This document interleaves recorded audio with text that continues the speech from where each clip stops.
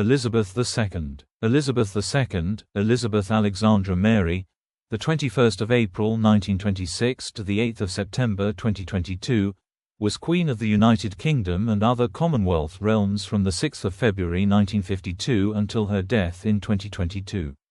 She had been Queen Regnant of 32 sovereign states during her lifetime and was the monarch of 15 realms at her death. Her reign of 70 years and 214 days is the longest of any British monarch and the second longest of any sovereign state. Elizabeth was born in Mayfair, London, during the reign of her paternal grandfather, King George V. She was the first child of the Duke and Duchess of York, later King George VI and Queen Elizabeth the Queen Mother. Her father acceded to the throne in 1936 upon the abdication of his brother Edward VIII, making the 10-year-old Princess Elizabeth the heir presumptive. She was educated privately at home and began to undertake public duties during the Second World War, serving in the Auxiliary Territorial Service. In November 1947, she married Philip Mountbatten, a former Prince of Greece and Denmark. Their marriage lasted 73 years until his death in 2021. They had 4 children, Charles, Anne, Andrew, and Edward. When her father died in February 1952, Elizabeth, then 25 years old, became Queen of 7 independent Commonwealth countries: the United Kingdom, Canada, Australia, New Zealand, South Africa, Pakistan, and Ceylon, known today as Sri Lanka, as well as head of the Commonwealth. Elizabeth reigned as a constitutional monarch through major political changes such as the Troubles in Northern Ireland, devolution in the United Kingdom, the decolonization of Africa, and the United Kingdom's accession to the European communities as well as its subsequent withdrawal. The number of her realms varied over time as territories gained independence and some realms became republics. As Queen, Elizabeth was served by more than 170 prime ministers across her realms.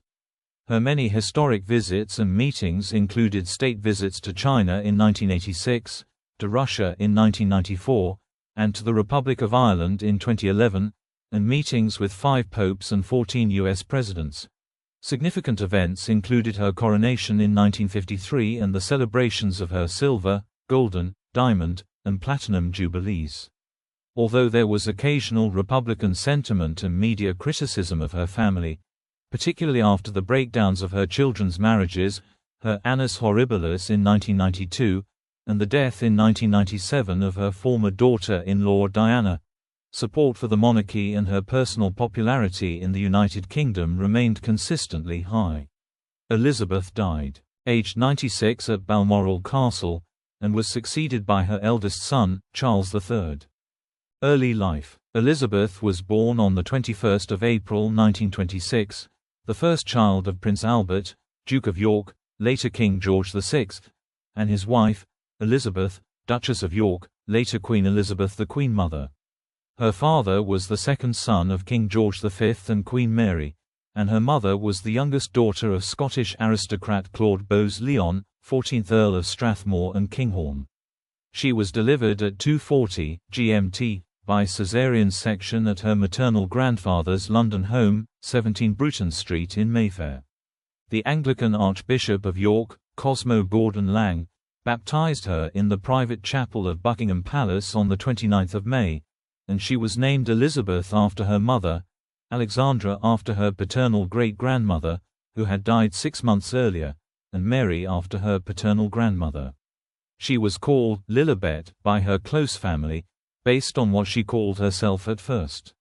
She was cherished by her grandfather George V, whom she affectionately called Grandpa England, and her regular visits during his serious illness in 1929 were credited in the popular press and by later biographers with raising his spirits and aiding his recovery.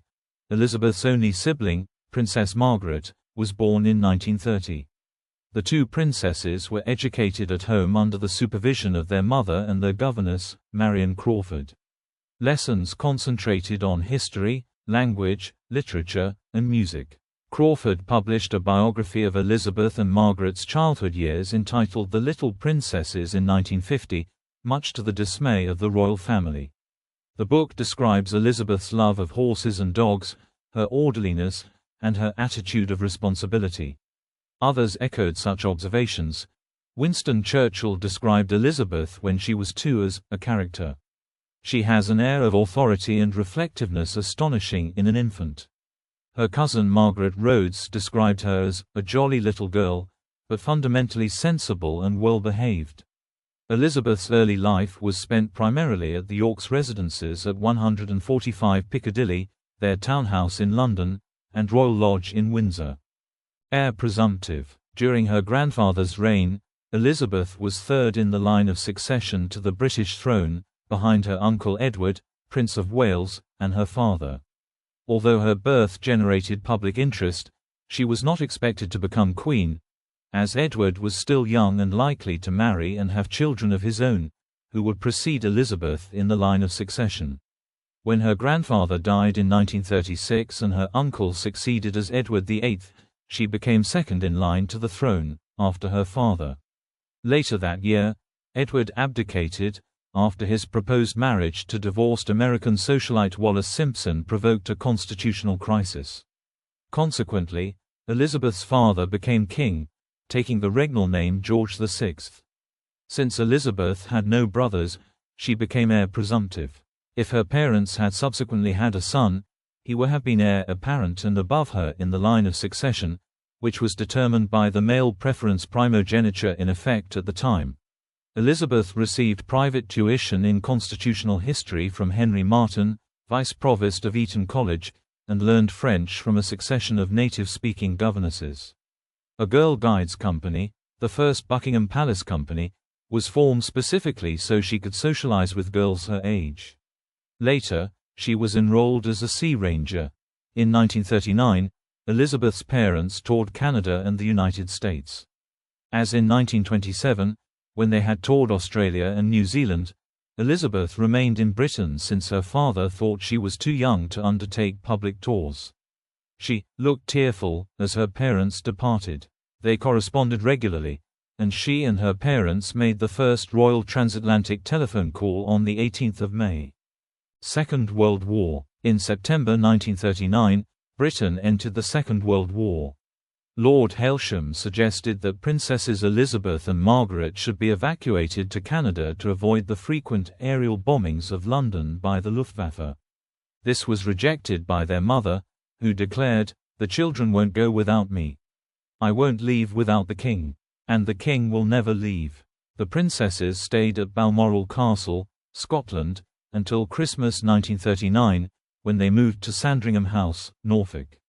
From February to May 1940, they lived at Royal Lodge, Windsor, until moving to Windsor Castle, where they lived for most of the next 5 years. At Windsor, the princesses staged pantomimes at Christmas in aid of the Queen's Wool Fund, which bought yarn to knit into military garments. In 1940, the 14-year-old Elizabeth made her first radio broadcast during the BBC's Children's Hour, addressing other children who had been evacuated from the cities. She stated, "We are trying to do all we can to help our gallant sailors, soldiers, and airmen, and we are trying, too, to bear our own share of the danger and sadness of war. We know, every one of us, that in the end all will be well." In 1943, Elizabeth undertook her first solo public appearance on a visit to the Grenadier Guards, of which she had been appointed colonel the previous year. As she approached her 18th birthday, Parliament changed the law so that she could act as one of 5 councillors of state in the event of her father's incapacity or absence abroad, such as his visit to Italy in July 1944. In February 1945, she was appointed an honorary second subaltern in the Auxiliary Territorial Service with the service number 230,873. She trained as a driver and mechanic and was given the rank of honorary junior commander, female equivalent of captain at the time, 5 months later. At the end of the war in Europe, on Victory in Europe Day, Elizabeth and Margaret mingled incognito with the celebrating crowds in the streets of London. In 1985, Elizabeth recalled in a rare interview, "We asked my parents if we could go out and see for ourselves. I remember we were terrified of being recognized. I remember lines of unknown people linking arms and walking down Whitehall, all of us just swept along on a tide of happiness and relief. During the war, plans were drawn to quell Welsh nationalism by affiliating Elizabeth more closely with Wales. Proposals, such as appointing her Constable of Carnarvon Castle or a patron of Urdd Gobaith Cymru, the Welsh League of Youth, were abandoned for several reasons, including fear of associating Elizabeth with conscientious objectors in the Urdd at a time when Britain was at war. Welsh politicians suggested she be made Princess of Wales on her 18th birthday. Home Secretary Herbert Morrison supported the idea, but the king rejected it because he felt such a title belonged solely to the wife of a Prince of Wales, and the Prince of Wales had always been the heir apparent. In 1946, she was inducted into the Gorsedd of Bards at the National Eisteddfod of Wales. Elizabeth went on her first overseas tour in 1947, accompanying her parents through southern Africa. During the tour, in a broadcast to the British Commonwealth on her 21st birthday, she made the following pledge: "I declare before you all that my whole life, whether it be long or short, shall be devoted to your service and the service of our great imperial family to which we all belong. But I shall not have strength to carry out this resolution alone unless you join in it with me, as I now invite you to do. I know that your support will be unfailingly given. God help me to make good my vow, and God bless all of you who are willing to share in it." Marriage. Elizabeth met her future husband, Prince Philip of Greece and Denmark, in 1934 and again in 1937. They were second cousins once removed through King Christian IX of Denmark and third cousins through Queen Victoria. After meeting for the third time at the Royal Naval College in Dartmouth in July 1939, Elizabeth, though only 13 years old, said she fell in love with Philip, who was 18, and they began to exchange letters. She was 21 when their engagement was officially announced on 9 July 1947. The engagement attracted some controversy.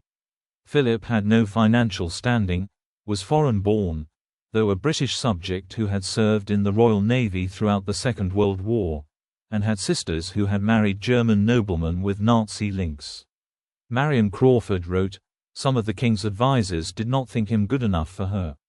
He was a prince without a home or kingdom." Some of the papers played long and loud tunes on the string of Philip's foreign origin.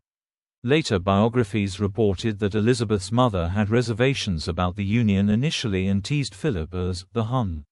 In later life, however, she told the biographer Tim Heald that Philip was an English gentleman. Before the marriage, Philip renounced his Greek and Danish titles, officially converted from Greek Orthodoxy to Anglicanism, and adopted the style Lieutenant Philip Mountbatten, taking the surname of his mother's British family.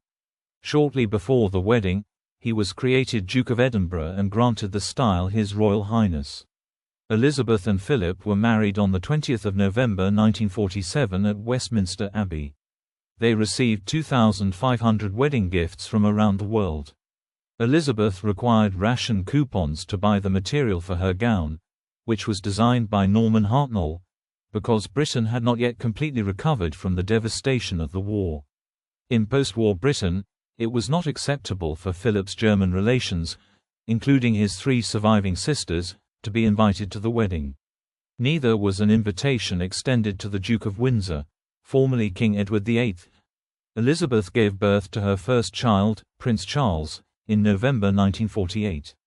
1 month earlier, the king had issued letters patent allowing her children to use the style and title of a royal prince or princess, to which they otherwise would not have been entitled as their father was no longer a royal prince. A second child, Princess Anne, was born in August 1950. Following their wedding, the couple leased Windlesham Moor, near Windsor Castle, until July 1949, when they took up residence at Clarence House in London. At various times between 1949 and 1951, Philip was stationed in the British Crown colony of Malta as a serving Royal Navy officer. He and Elizabeth lived intermittently in Malta for several months at a time in the hamlet of Guardamunga, at Villa Guardamunga, the rented home of Philip's uncle Lord Mountbatten. Their 2 children remained in Britain. Reign, accession and coronation. As George VI's health declined during 1951, Elizabeth frequently stood in for him at public events.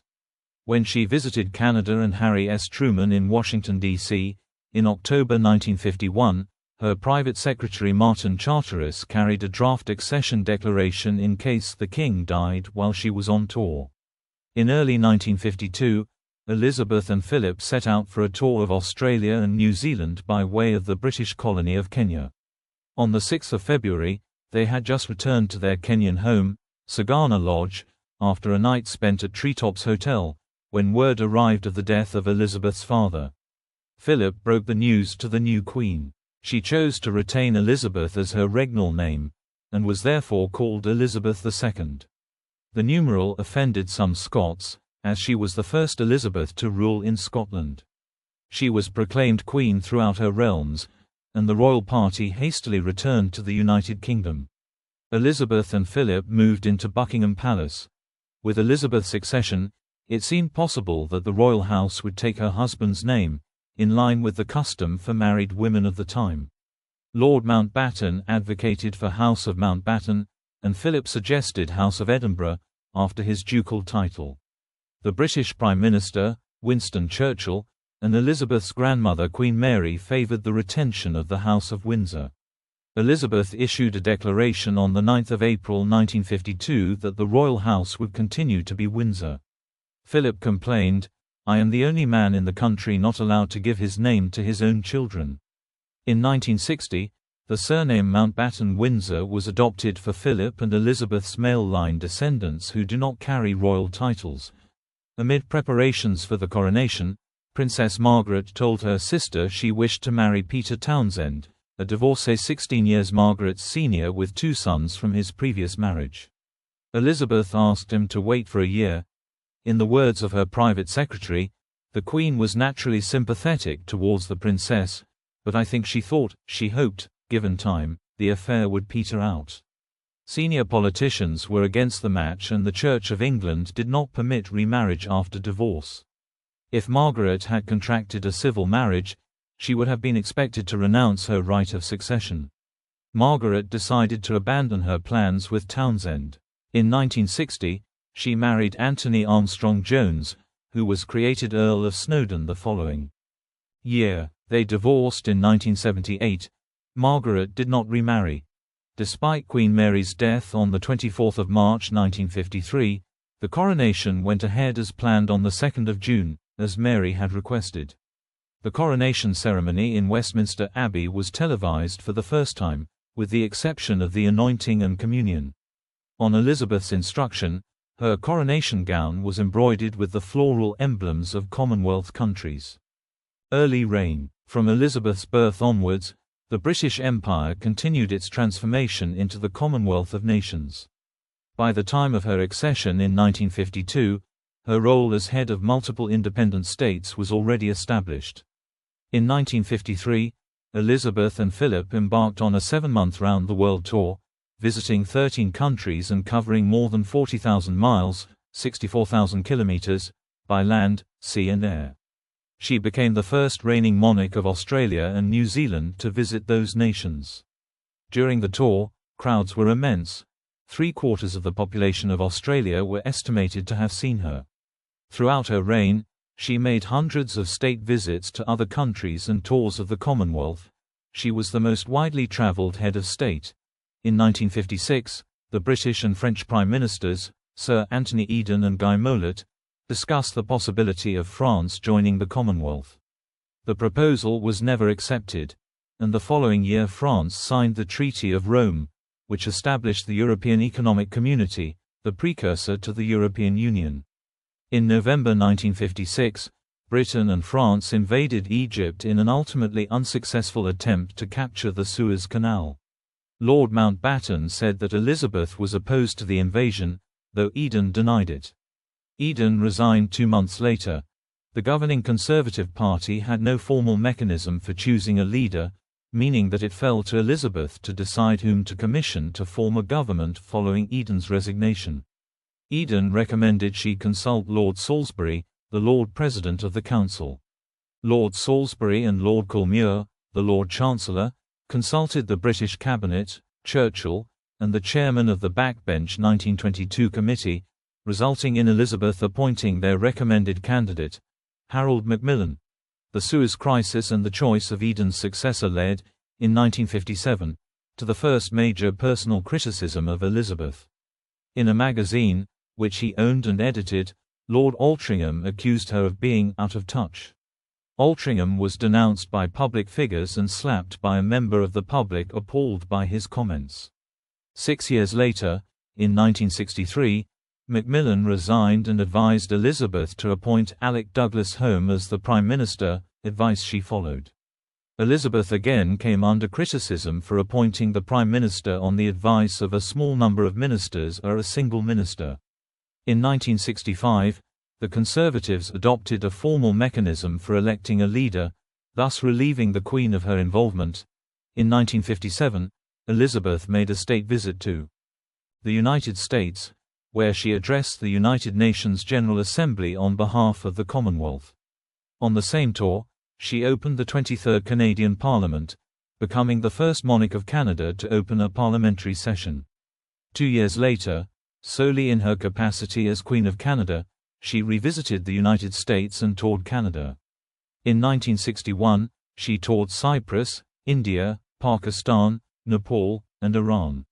On a visit to Ghana the same year, she dismissed fears for her safety, even though her host, President Kwame Nkrumah, who had replaced her as head of state, was a target for assassins.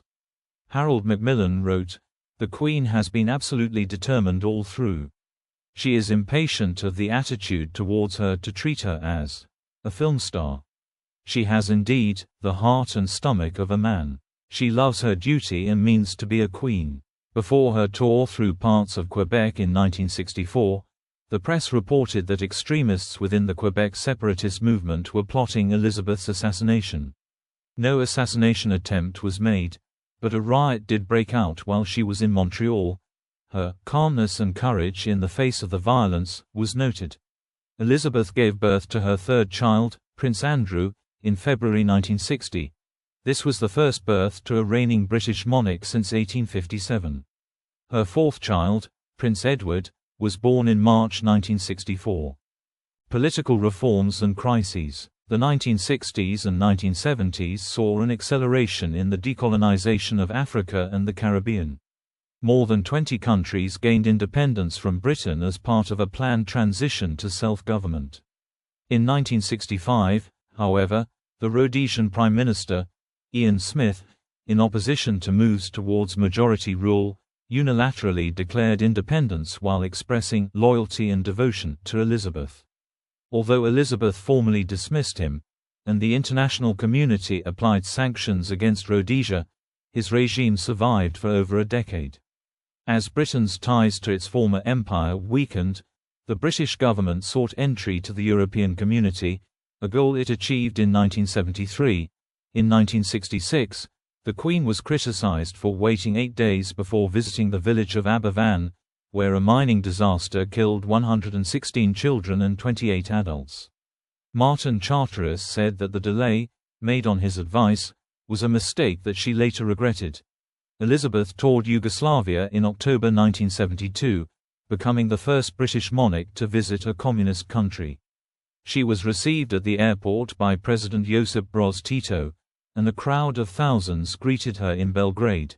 In February 1974, British Prime Minister Edward Heath advised Elizabeth to call a general election in the middle of her tour of the Austronesian Pacific Rim, requiring her to fly back to Britain.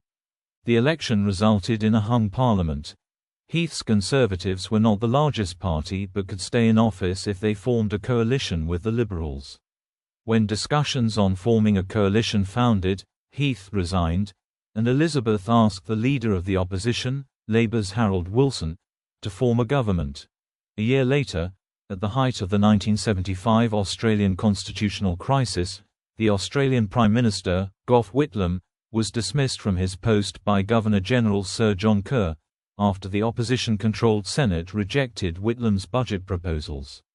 As Whitlam had a majority in the House of Representatives, Speaker Gordon Scholes appealed to Elizabeth to reverse Kerr's decision. She declined, saying she would not interfere in decisions reserved by the Constitution of Australia for the Governor-General. The crisis fueled Australian republicanism. In 1977, Elizabeth marked the silver jubilee of her accession.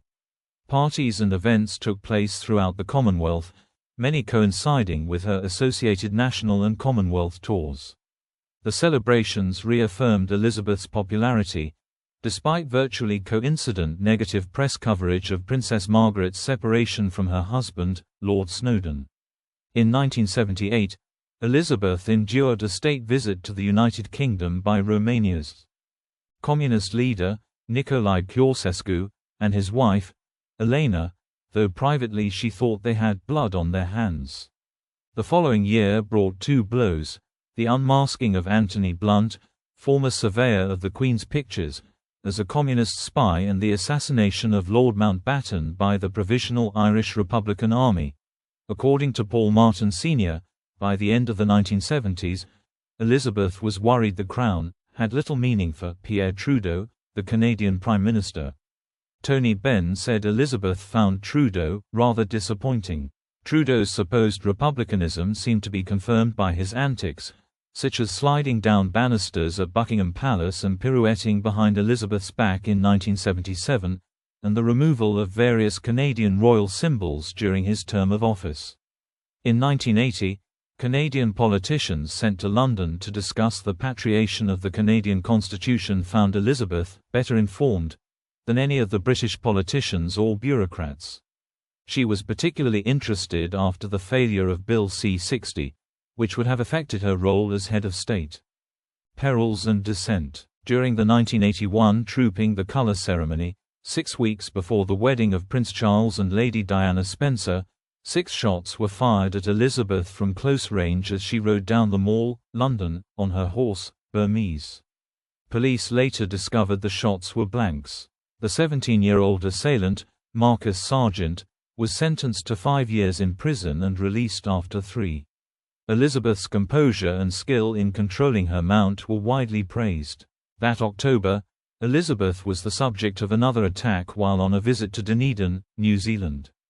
Christopher John Lewis, who was 17 years old, fired a shot with a .22 rifle from the 5th floor of a building overlooking the parade but missed. Lewis was arrested, but instead of being charged with attempted murder or treason was sentenced to 3 years in jail for unlawful possession and discharge of a firearm. 2 years into his sentence, he attempted to escape a psychiatric hospital with the intention of assassinating Charles, who was visiting the country with Diana and their son Prince William. From April to September 1982, Elizabeth's son Andrew served with British forces in the Falklands War, for which she reportedly felt anxiety and pride. On the 9th of July, she awoke in her bedroom at Buckingham Palace to find an intruder, Michael Fagan, in the room with her. In a serious lapse of security, assistance only arrived after 2 calls to the palace police switchboard. After hosting U.S. President Ronald Reagan at Windsor Castle in 1982 and visiting his California ranch in 1983, Elizabeth was angered when his administration ordered the invasion of Grenada, one of her Caribbean realms, without informing her. Intense media interest in the opinions and private lives of the royal family during the 1980s led to a series of sensational stories in the press, pioneered by the Sun tabloid. As Kelvin Mackenzie, editor of The Sun, told his staff, "Give me a Sunday for Monday's splash on the royals. Don't worry if it's not true, so long as there's not too much of a fuss about it afterwards." Newspaper editor Donald Trelford wrote in The Observer of the 21st of September 1986, "The royal soap opera has now reached such a pitch of public interest that the boundary between fact and fiction has been lost sight of. It is not just that some papers don't check their facts or accept denials. They don't care if the stories are true or not." It was reported, most notably in the Sunday Times of the 20th of July 1986, that Elizabeth was worried that Margaret Thatcher's economic policies fostered social divisions and was alarmed by high unemployment, a series of riots, the violence of a miners' strike, and Thatcher's refusal to apply sanctions against the apartheid regime in South Africa. The sources of the rumors included Royal Aide Michael Shea and Commonwealth Secretary-General Shridath Ramphal, but Shea claimed his remarks were taken out of context and embellished by speculation. Thatcher reputedly said Elizabeth would vote for the Social Democratic Party, Thatcher's political opponents.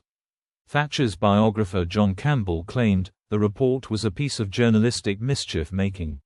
Reports of acrimony between them were exaggerated, and Elizabeth gave 2 honors in her personal gift, membership in the Order of Merit and the Order of the Garter, to Thatcher after her replacement as Prime Minister by John Major. Brian Mulroney, Canadian Prime Minister between 1984 and 1993, said Elizabeth was a behind-the-scenes force in ending apartheid. In 1986, Elizabeth paid a 6-day state visit to the People's Republic of China, becoming the first British monarch to visit the country. The tour included the Forbidden City, the Great Wall of China, and the Terracotta Warriors. At a state banquet, Elizabeth joked about the first British emissary to China being lost at sea with Queen Elizabeth I's letter to the Wanli Emperor, and remarked, "Fortunately, postal services have improved since 1602. Elizabeth's visit also signified the acceptance of both countries that sovereignty over Hong Kong would be transferred from the United Kingdom to China in 1997. By the end of the 1980s, Elizabeth had become the target of satire. The involvement of younger members of the royal family in the charity game show It's a Royal Knockout in 1987 was ridiculed. In Canada, Elizabeth publicly supported politically divisive constitutional amendments, prompting criticism from opponents of the proposed changes, including Pierre Trudeau. The same year, the elected Fijian government was deposed in a military coup. As monarch of Fiji, Elizabeth supported the attempts of Governor-General Ratu Sir Penaya Ganilau to assert executive power and negotiate a settlement. Coup leader Sitiveni Rabuka deposed Ganilau and declared Fiji a republic.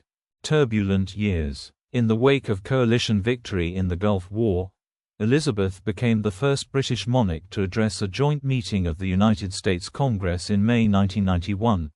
In November 1992, in a speech to mark the Ruby Jubilee of her accession, Elizabeth called 1992 her Annus Horribilis, a Latin phrase, meaning horrible year.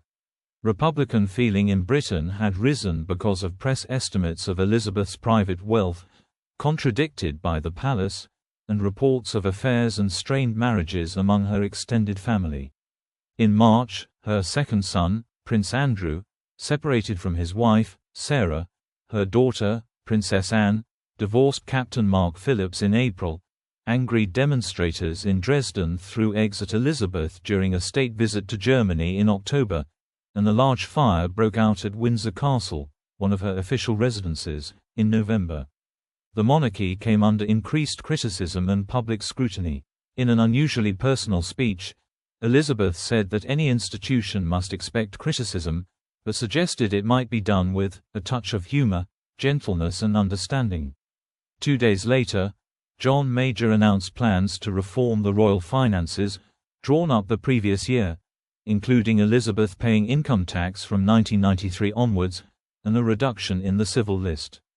In December, Prince Charles and his wife, Diana, formally separated. At the end of the year, Elizabeth sued the Sun newspaper for breach of copyright when it published the text of her annual Christmas message 2 days before it was broadcast. The newspaper was forced to pay her legal fees and donated £200,000 to charity. Elizabeth's solicitors had taken successful action against the Sun 5 years earlier for breach of copyright after it published a photograph of her daughter-in-law, the Duchess of York, and her granddaughter Princess Beatrice. In January 1994, Elizabeth broke the scaphoid bone in her left wrist as the horse she was riding at Sandringham tripped and fell. In October 1994, she became the first reigning British monarch to set foot on Russian soil. In October 1995, she was tricked into a hoax call by Montreal radio host Pierre Brassard impersonating Canadian Prime Minister Jean Chrétien. Elizabeth, who believed that she was speaking to Chrétien, said she supported Canadian unity and would try to influence Quebec's referendum on proposals to break away from Canada. In the year that followed, public revelations on the state of Charles and Diana's marriage continued. In consultation with her husband and John Major, as well as the Archbishop of Canterbury, George Carey, and her private secretary, Robert Fellows, Elizabeth wrote to Charles and Diana at the end of December 1995, suggesting that a divorce would be advisable. In August 1997, a year after the divorce, Diana was killed in a car crash in Paris. Elizabeth was on holiday with her extended family at Balmoral. Diana's two sons, Princes William and Harry, wanted to attend church, so Elizabeth and Philip took them that morning. Afterwards, for 5 days, the royal couple shielded their grandsons from the intense press interest by keeping them at Balmoral where they could grieve in private, but the royal family's silence and seclusion, and the failure to fly a flag at half-mast over Buckingham Palace, caused public dismay. Pressured by the hostile reaction, Elizabeth agreed to return to London and address the nation in a live television broadcast on the 5th of September, the day before Diana's funeral. In the broadcast, she expressed admiration for Diana and her feelings, as a grandmother, for the two princes. As a result, much of the public hostility evaporated. In October 1997, Elizabeth and Philip made a state visit to India, which included a controversial visit to the site of the Jallianwala Bagh massacre to pay her respects. Protesters chanted, "Kill a Queen, go back," and there were demands for her to apologize for the action of British troops 78 years earlier. At the memorial in the park, she and Philip laid a wreath and stood for a 30-second moment of silence. As a result, much of the fury among the public softened, and the protests were called off. That November, the royal couple held a reception at Banqueting House to mark their golden wedding anniversary. Elizabeth made a speech and praised Philip for his role as consort, referring to him as "my strength and stay." In 1999, as part of the process of devolution in the United Kingdom, Elizabeth formally opened newly established legislatures for Wales and Scotland, the National Assembly for Wales at Cardiff in May, and the Scottish Parliament at Edinburgh in July. Dawn of the new millennium. On the eve of the new millennium, Elizabeth and Philip boarded a vessel from Southwark, bound for the Millennium Dome. Before passing under Tower Bridge, she lit the National Millennium Beacon in the Pool of London using a laser torch. Shortly before midnight, she officially opened the dome. During the singing of Auld Lang Syne, Elizabeth held hands with Philip and British Prime Minister Tony Blair. Following the 9/11 attacks in the United States, Elizabeth, breaking with tradition, ordered the American national anthem to be played during the changing of the guard at Buckingham Palace to express her solidarity with the country. In 2002, Elizabeth marked her Golden Jubilee, the 50th anniversary of her accession. Her sister and mother died in February and March, respectively, and the media speculated on whether the Jubilee would be a success or a failure. Princess Margaret's death shook Elizabeth. Her funeral was one of the rare occasions where Elizabeth openly cried. Elizabeth again undertook an extensive tour of her realms, beginning in Jamaica in February, where she called the farewell banquet memorable after a power cut plunged King's House, the official residence of the Governor-General, into darkness. As in 1977, there were street parties and commemorative events, and monuments were named to honor the occasion. 1 million people attended each day of the 3-day main Jubilee celebration in London, and the enthusiasm shown for Elizabeth by the public was greater than many journalists had anticipated. In 2003, Elizabeth sued the Daily Mirror for breach of confidence and obtained an injunction which prevented the outlet from publishing information gathered by a reporter who posed as a footman at Buckingham Palace. The newspaper also paid £25,000 towards her legal costs. Though generally healthy throughout her life, in 2003 she had keyhole surgery on both knees.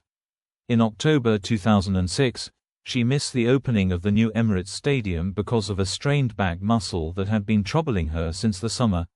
In May 2007, citing unnamed sources, the Daily Telegraph reported that Elizabeth was exasperated and frustrated by the policies of Tony Blair, that she was concerned the British armed forces were overstretched in Iraq and Afghanistan, and that she had raised concerns over rural and countryside issues with Blair. She was, however, said to admire Blair's efforts to achieve peace in Northern Ireland. She became the first British monarch to celebrate a diamond wedding anniversary in November 2007. On the 20th of March 2008, at the Church of Ireland St Patrick's Cathedral, Armagh, Elizabeth attended the first Maundy service held outside England and Wales. Elizabeth addressed the UN General Assembly for a second time in 2010, again in her capacity as Queen of all Commonwealth realms and head of the Commonwealth. The UN Secretary-General, Ban Ki-moon, introduced her as an anchor for our age. During her visit to New York, which followed a tour of Canada, she officially opened a memorial garden for British victims of the 9/11 attacks. Elizabeth's 11-day visit to Australia in October 2011 was her 16th visit to the country since 1954. By invitation of the Irish President, Mary McAleese, she made the first state visit to the Republic of Ireland by a British monarch in May 2011.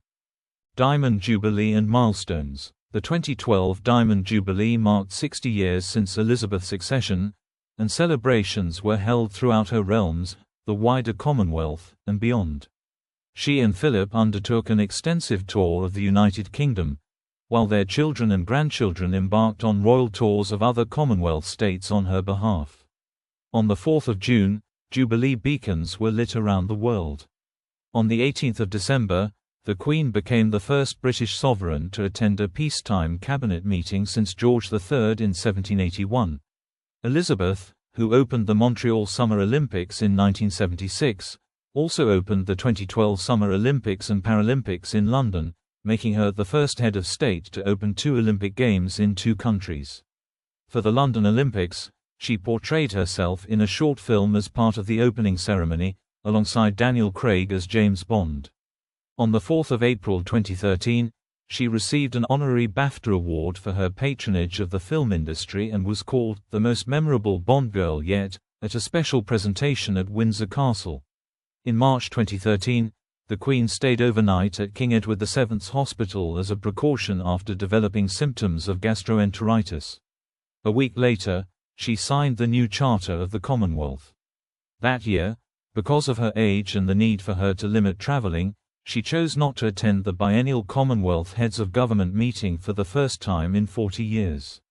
She was represented at the summit in Sri Lanka by Prince Charles.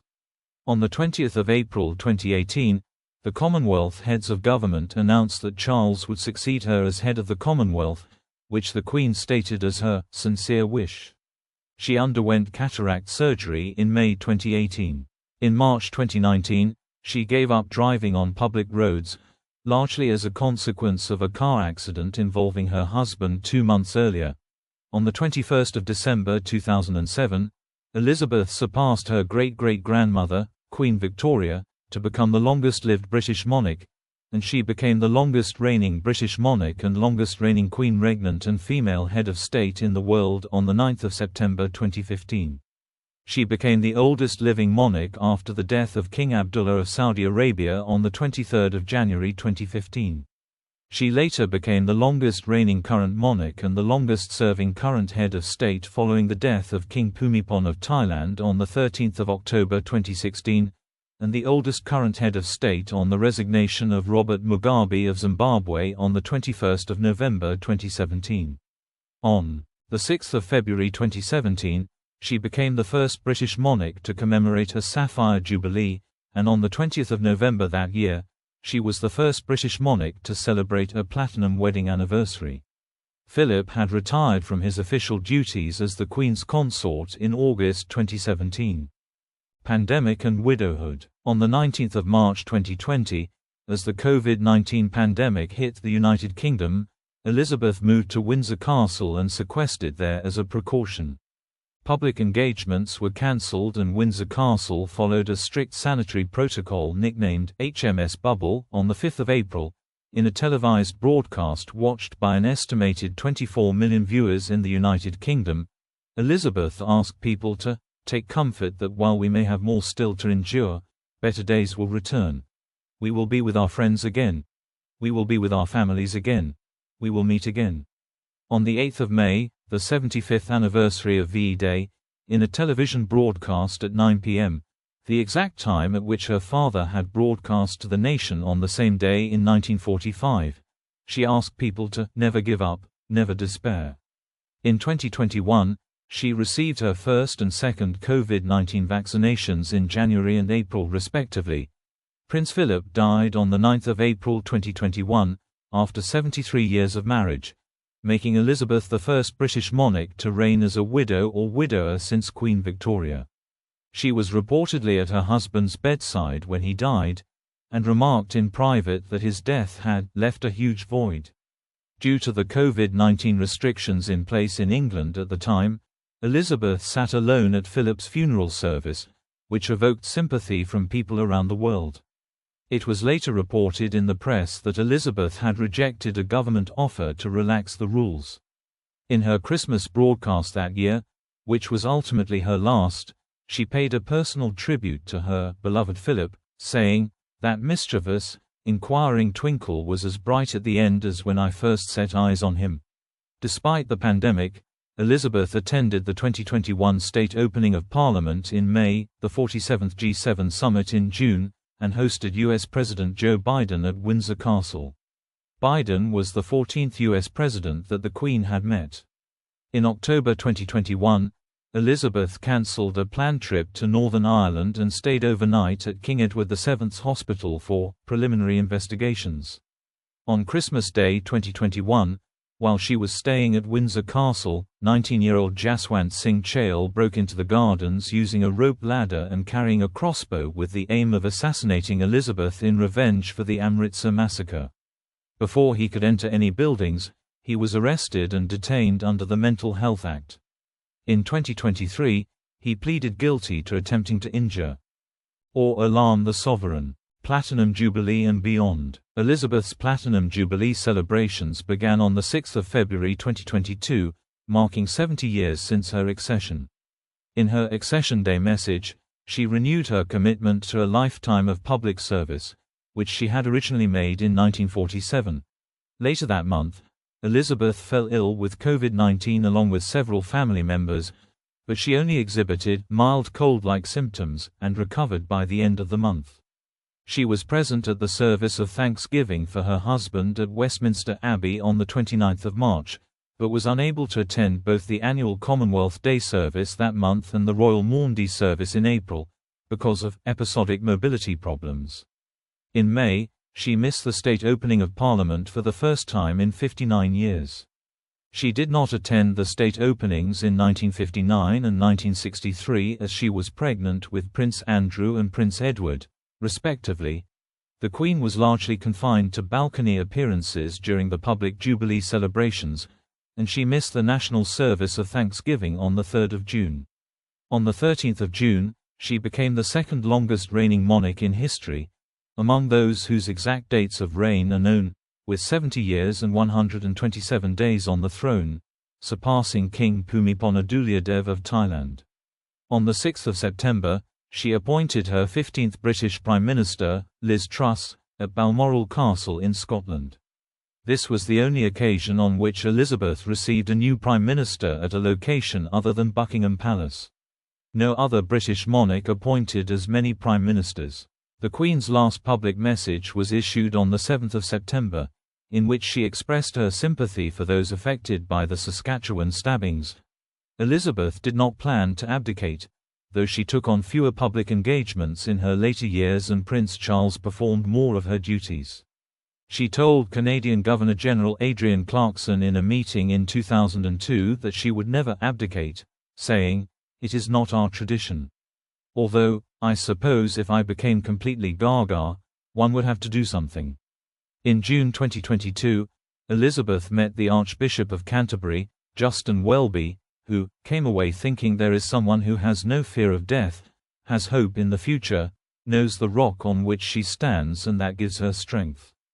Death. On 8 September 2022, Buckingham Palace stated, "Following further evaluation this morning, the Queen's doctors are concerned for Her Majesty's health and have recommended she remain under medical supervision.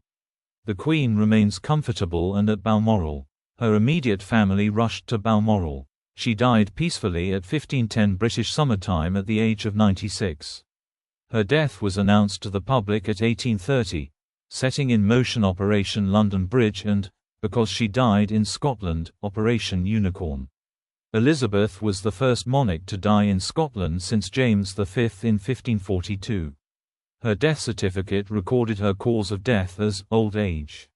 According to her former Prime Minister Boris Johnson and the biographer Giles Brandreth, she was suffering from a form of bone marrow cancer, which Brandreth wrote was multiple myeloma. On the 12th of September, Elizabeth's coffin was carried up the Royal Mile in a procession to St Giles's Cathedral, where the Crown of Scotland was placed on it. Her coffin lay at rest at the cathedral for 24 hours, guarded by the Royal Company of Archers, during which around 33,000 people filed past it. On the 13th of September, the coffin was flown to RAF Northolt in West London to be met by Liz Truss, before continuing its journey by road to Buckingham Palace. On the 14th of September, her coffin was taken in a military procession to Westminster Hall, where Elizabeth's body lay in state for 4 days. The coffin was guarded by members of both the Sovereign's bodyguard and the Household Division. An estimated 250,000 members of the public filed past the coffin, as did politicians and other public figures. On the 16th of September, Elizabeth's children held a vigil around her coffin, and the next day her 8 grandchildren did the same. Elizabeth's state funeral was held at Westminster Abbey on the 19th of September, which marked the first time a monarch's funeral service was held at the Abbey since George II in 1760. More than 1 million people lined the streets of central London, and the day was declared a holiday in several Commonwealth countries. In Windsor, a final procession involving 1,000 military personnel took place, which 97,000 people witnessed. Elizabeth's fell pony and 2 royal corgis stood at the side of the procession. After a committal service at St George's Chapel, Windsor Castle, Elizabeth's body was interred with her husband Philip's in the King George VI Memorial Chapel later the same day, in a private ceremony attended by her closest family members. Legacy, beliefs, activities, and interests. Elizabeth rarely gave interviews, and little was known of her political opinions, which she did not express explicitly in public. It is against convention to ask or reveal the monarch's views. When Times journalist Paul Routledge asked her about the miners' strike of 1984–85 during a royal tour of the newspaper's offices, she replied that it was all about one man, a reference to Arthur Scargill, with which Routledge disagreed. Routledge was widely criticized in the media for asking the question and claimed that he was unaware of the protocols. After the 2014 Scottish independence referendum, Prime Minister David Cameron was overheard saying that Elizabeth was pleased with the outcome. She had arguably issued a public coded statement about the referendum by telling one woman outside Balmoral Kirk that she hoped people would think very carefully about the outcome. It emerged later that Cameron had specifically requested that she register her concern. Elizabeth had a deep sense of religious and civic duty, and took her coronation oath seriously. Aside from her official religious role as Supreme Governor of the established Church of England, she worshipped with that church and with the National Church of Scotland. She demonstrated support for interfaith relations and met with leaders of other churches and religions, including 5 popes, Pius XII, John XXIII, John Paul II, Benedict XVI and Francis. A personal note about her faith often featured in her annual Christmas message broadcast to the Commonwealth.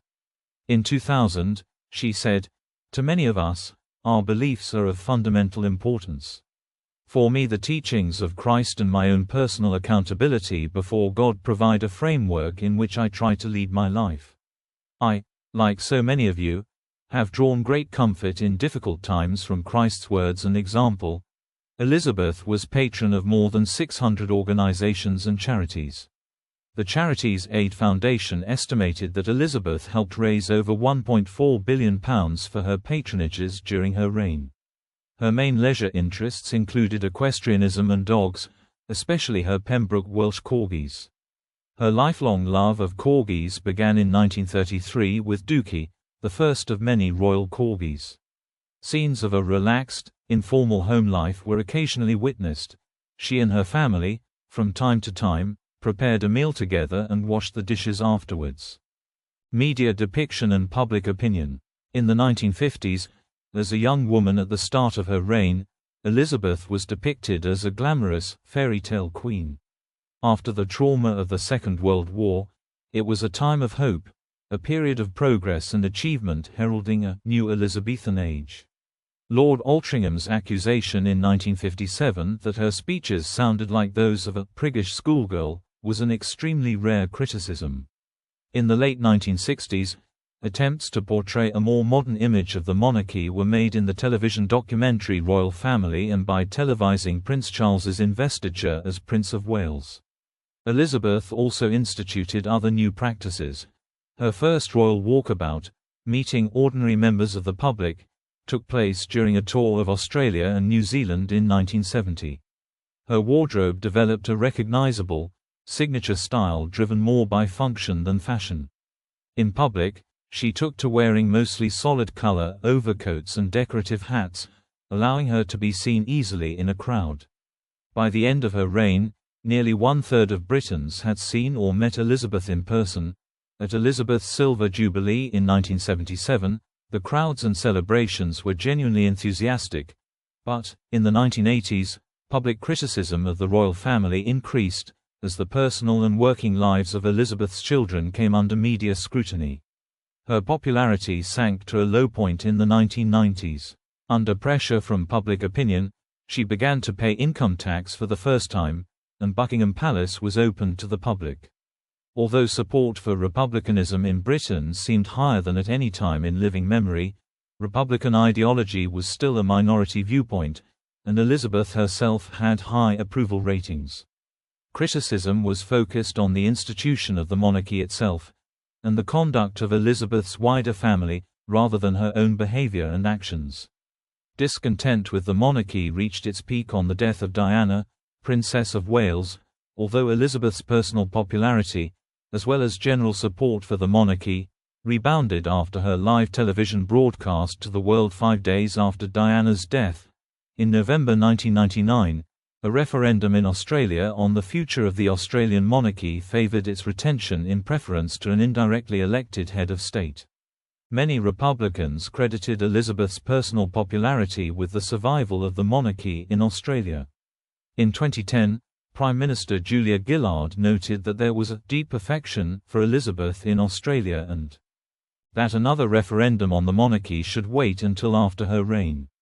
Gillard's successor, Malcolm Turnbull, who led the Republican campaign in 1999, similarly believed that Australians would not vote to become a republic in her lifetime. "She's been an extraordinary head of state," Turnbull said in 2021, "and I think frankly, in Australia, there are more Elizabethans than there are monarchists." Similarly, referendums in both Tuvalu in 2008 and St. Vincent and the Grenadines in 2009 saw voters reject proposals to become republics. Polls in Britain in 2006 and 2007 revealed strong support for the monarchy, and in 2012, Elizabeth's Diamond Jubilee year, her approval ratings hit 90%. Her family came under scrutiny again in the last few years of her life due to her son Andrew's association with convicted sex offenders Jeffrey Epstein and Ghislaine Maxwell, his lawsuit with Virginia Giuffre amidst accusations of sexual impropriety, and her grandson Harry and his wife Meghan's exit from the working royal family and subsequent move to the United States. Polling in Great Britain during the Platinum Jubilee, however, showed support for maintaining the monarchy, and Elizabeth's personal popularity remained strong. As of 2021, she remained the third most admired woman in the world according to the annual Gallup poll, her 52 appearances on the list meaning she had been in the top 10 more than any other woman in the poll's history. Elizabeth was portrayed in a variety of media by many notable artists, including painters Pietro Annigoni, Peter Blake, Chinwe Chukwugo Roy, Terence Cuneo, Lucian Freud, Rolf Harris, Damien Hirst, Juliette Panet and Tyshan Scherenberg. Notable photographers of Elizabeth included Cecil Beaton, Yusuf Karsh, Anwar Hussain, Annie Leibovitz, Lord Lichfield, Terry O'Neill, John Swannell and Dorothy Wilding. The first official portrait photograph of Elizabeth was taken by Marcus Adams in 1926. Titles, styles, honors, and arms. Titles and styles. Elizabeth held many titles and honorary military positions throughout the Commonwealth, was sovereign of many orders in her own countries and received honors and awards from around the world. In each of her realms, she had a distinct title that follows a similar formula: Queen of St. Lucia and of her other realms and territories in St. Lucia, Queen of Australia and her other realms and territories in Australia, etc. She was also styled Defender of the Faith. Arms. From the 21st of April 1944 until her accession, Elizabeth's arms consisted of a lozenge bearing the royal coat of arms of the United Kingdom differenced with a label of 3 points argent, the centre point bearing a Tudor rose and the first and third a cross of St. George. Upon her accession, she inherited the various arms her father held as sovereign, with a subsequently modified representation of the crown. Elizabeth also possessed royal standards and personal flags for use in the United Kingdom, Canada, Australia, New Zealand, Jamaica, and elsewhere. Coat of arms as Duchess of Edinburgh, 1947 to 1952. Royal Coat of Arms of the United Kingdom. Royal Coat of Arms of the United Kingdom for use in Scotland. Royal Coat of Arms of Canada. Issue: Prince George of Wales, Princess Charlotte of Wales, Prince Louis of Wales, Prince Archie of Sussex, Princess Lilibet of Sussex, Savannah Phillips, Isla Phillips, Mia Tyndall, Lena Tyndall, Lucas Tyndall, August Brooksbank, Ernest Brooksbank. Ancestry.